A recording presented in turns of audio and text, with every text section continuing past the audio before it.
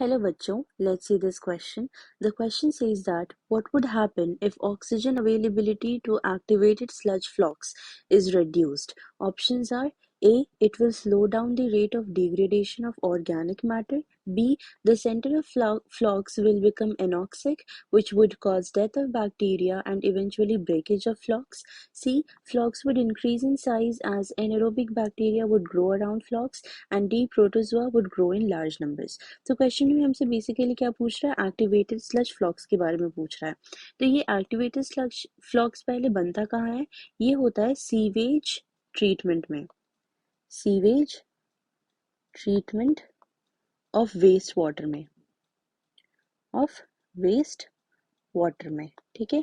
वहां पे ट्रीटमेंट्स होती हैं, पहला होता है प्राइमरी ट्रीटमेंट, प्राइमरी ट्रीटमेंट, और फिर दूसरा होता है सेकेंडरी ट्रीटमेंट या फिर बायोलॉजिकल ट्रीटमेंट, सेकेंडरी ट्रीटमेंट, ठीक है।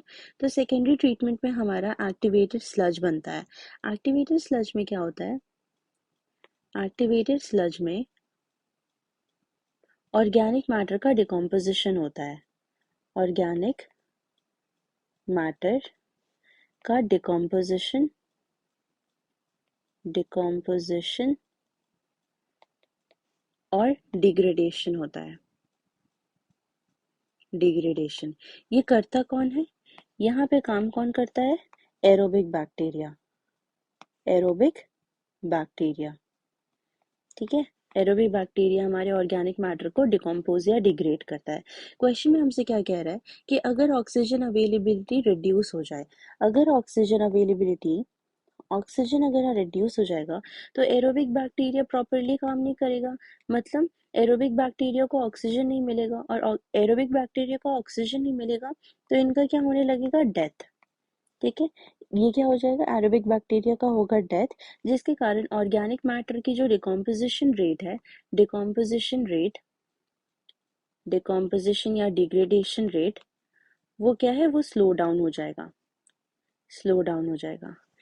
जो एरोबिक बैक्टीरिया की डेथ हुई तो उससे क्या हुआ कि फ्लॉक्स जो है, फ्लॉक्स में भी क्या हो जाएगा, ब्रेकेज, ब्रेकेज, ठीक है, क्योंकि उनका डिकम्पोजिशन या डिग्रेडेशन नहीं हो रहा, ठीक है। तो हमारा ऑप्शंस क्या क्या है, हमारे ऑप्शंस है it will slow down the rate of degradation of organic matter, बिल्कुल सही, ये ऑप्शन बिल्कुल सही है क्योंकि उनका डिग्रेडेशन रेट स्लो हो जाएगा क्योंकि उन्हें ऑक्सीजन नहीं मिल रहा। बी क्या है, the centre of flocs will become anoxic, anoxic मतलब एनॉक्सिया, और एनॉक्सिया मतलब होता है ऑक्सीजन की कमी, ठीक है, ऑक्सीजन रिड्यूस हो जाना।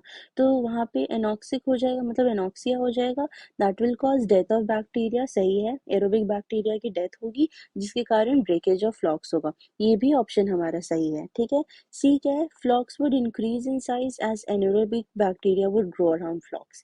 तो यहाँ पे तो सिर्फ एरोबिक बैक्टीरिया, ऑक्सीजन की डिसअवेलेबिलिटी से, मतलब कि यहाँ पे ऑक्सीजन अगर ना हो तो एनएरोबिक बैक्टीरिया नहीं बनता है, एनएरोबिक बैक्टीरिया नहीं बनता है, तो ये ऑप्शन तो हमारा गलत हो गया। डी ऑप्शन क्या है, protozoa would grow in large numbers, तो यहाँ पे प्रोटोजोआ ग्रो नहीं करेगा क्योंकि यहाँ पे ऑक्सीजन की कमी है, ठीक है, यहाँ पे ऑक्सीजन की कमी है, प्रोटोजोआ को भी ऑक्सीजन चाहिए बट यहाँ पे ऑक्सीजन की कमी है तो प्रोटोजोआ भी ग्रो नहीं करेगा, तो हमारा ऑप्शन डी भी गलत है। तो हमारे क्या यहाँ पे दो ऑप्शन सही है, एक ए और एक बी, दैट इज क्या क्या ऑप्शन है, A it will slow down the rate of degradation of organic matter and the center of flocks will become anoxic, which would cause death of bacteria and eventually breakage of flocks.